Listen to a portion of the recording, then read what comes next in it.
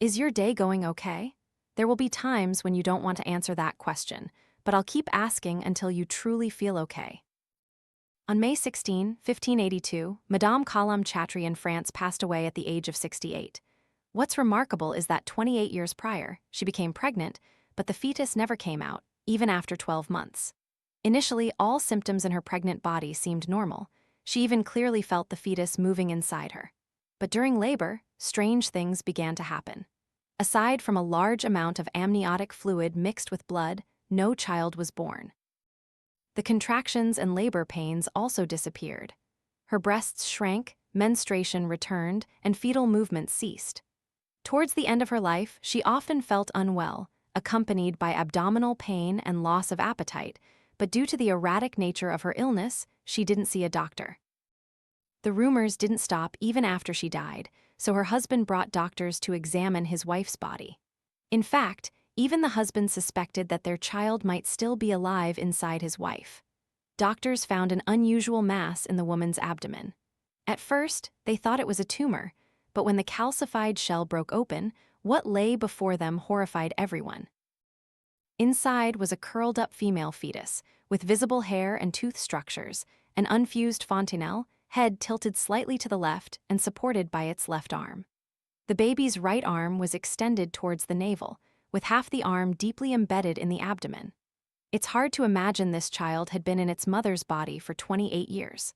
Only after the mother's death did the baby come into the world in this form, but tragically, there were no signs of life. According to specialists, stillbirth refers to all cases where a fertilized egg successfully implants in the uterus, but fails to develop into a mature fetus, dies, and remains in the uterus. If not detected and intervened, the minimum time it remains in the uterus from fetal death until expulsion is usually over 48 hours.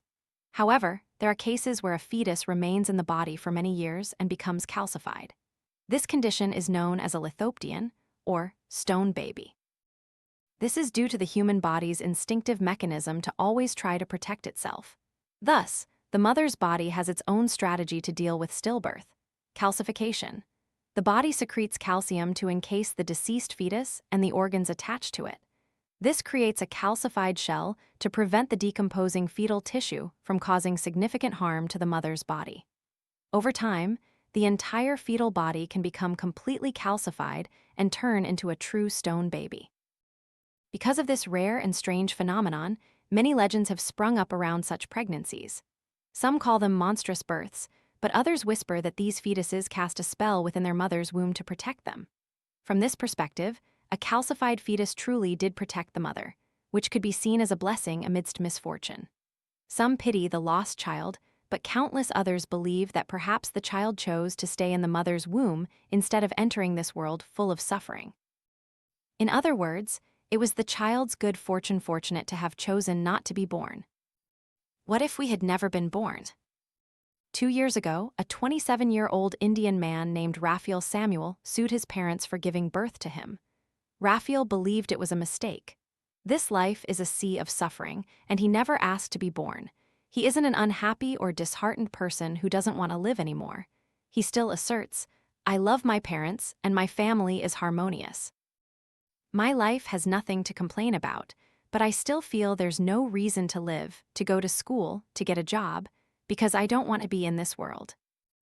In fact, it's not just Raphael who holds this view of not wanting to be born and not wanting to bring more children into the world. Many others agree. In the novel The Brothers Karamazov*, the great writer Fyodor Dostoevsky also offered a bleak perspective. "I'd rather commit suicide in my mother's womb than come out into this world." David Benatar, one of the world's most pessimistic philosophers, once said that while good people try very hard to ensure their children don't live a life of suffering, very few of them realize there's only one way to do that. Don't bring them into existence in the first place. Here, we introduce a new concept called anti-natalism, a movement against procreation.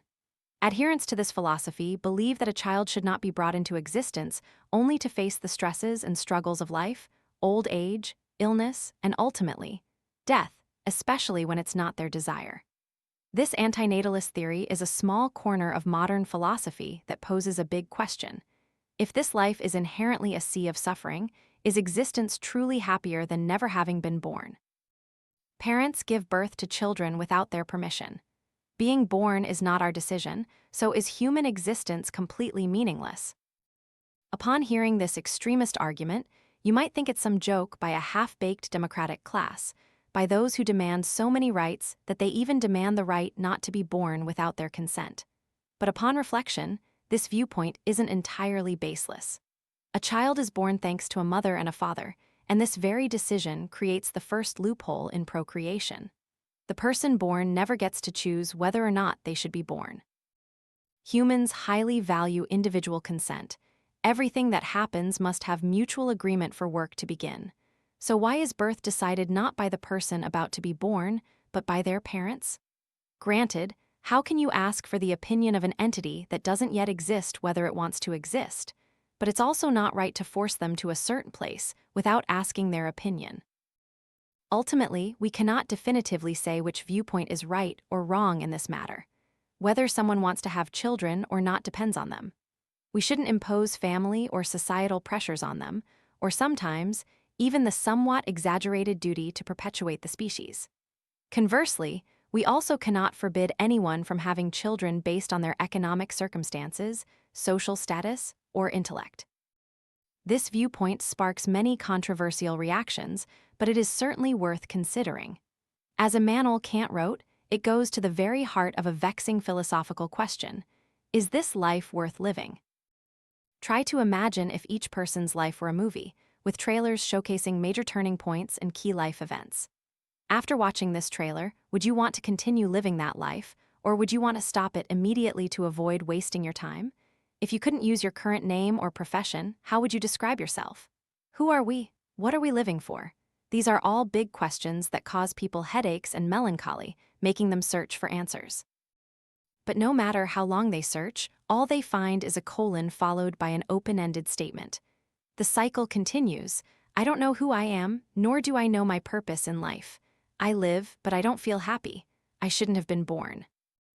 However, if everyone simply gave up on life and refused to be born because they didn't feel happy or couldn't define who they were, then perhaps billions of people on Earth would have already vanished.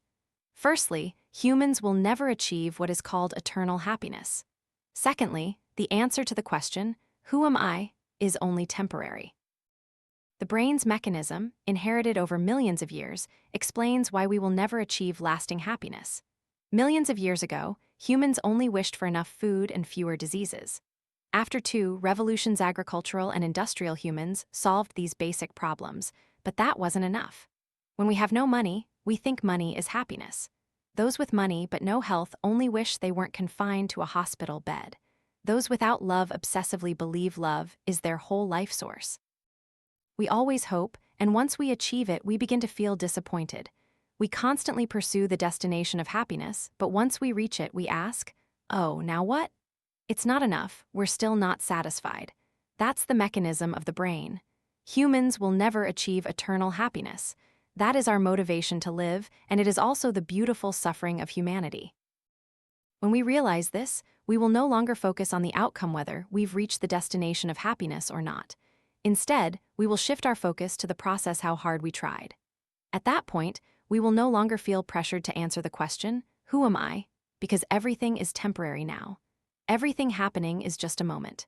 Each of us has an average of 30,000 days to live and must accept the painful truth that everything will eventually fade away.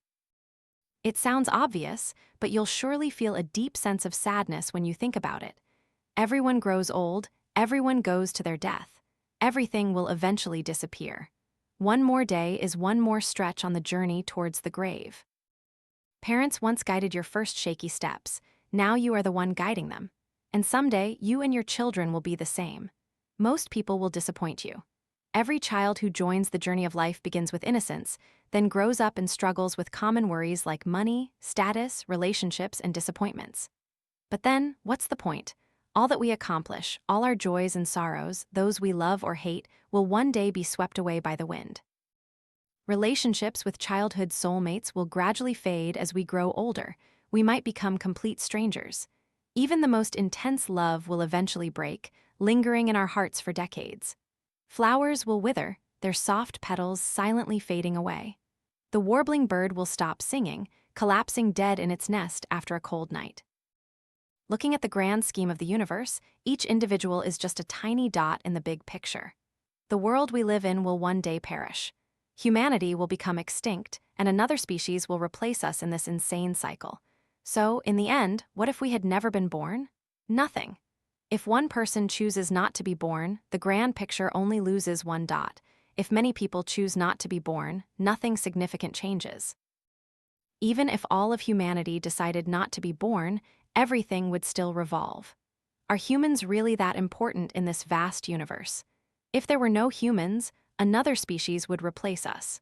The remarkable thing is that this existence has already happened, and don't you see that this existence is a miracle? This antinatalist philosophy is a human-specific topic. It is not a problem of nature. It arises from human dissatisfaction with reality, posing a problem and seeking an answer. But no matter what, it remains only a concern in the human mind. It is not the main problem. Human dissatisfaction with reality is the problem. Being born imperfectly or from humble beginnings can bring much pain, but unfortunately, humans create even more suffering for themselves through mental problems. A poor or disabled person can live a good life if they have few mental problems. But even a healthy, wealthy, talented person with high status can resort to death when plagued by worries, anxieties, or pessimistic thoughts. So, aren't mental problems more serious than external material possessions or physical deficiencies? The problem isn't that we are born into a difficult life status, making us feel that existence is meaningless.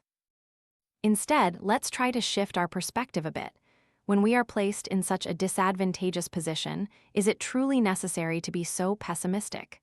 Looking deeper, humans are also trying to improve themselves. But instead of focusing on negative things, we still have other, gentler choices, don't we?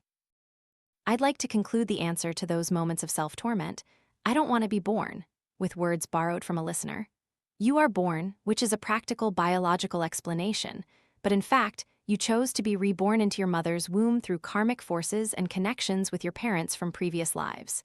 You chose to be reborn into that person, that family, to repay a debt or claim a debt. Where does a person go after death, according to Venerable Thich Nhat Hanh? From the perspective of ending all karma, meaning there are no more seeds of birth and death, then after death, there is no rebirth anywhere, because the practitioner has achieved the ultimate goal of nirvana. That is the ultimate goal of a practitioner. If there is still rebirth, it indicates that the practitioner's efforts are not yet complete. The bhikkhus once asked the Buddha where an arhat would be reborn after death. The Buddha replied, "Like the fuel runs out, the fire goes out." The fuel symbolizes karma, the fire symbolizes the self. The fuel running out symbolizes the absence of karma, because as long as there is karma, there is rebirth. When karma ends, rebirth ends. From the perspective of still having karma, after death, there is certainly still rebirth, because there is still ignorance and defilement, and therefore there are still manifestations of birth and death, coming and going.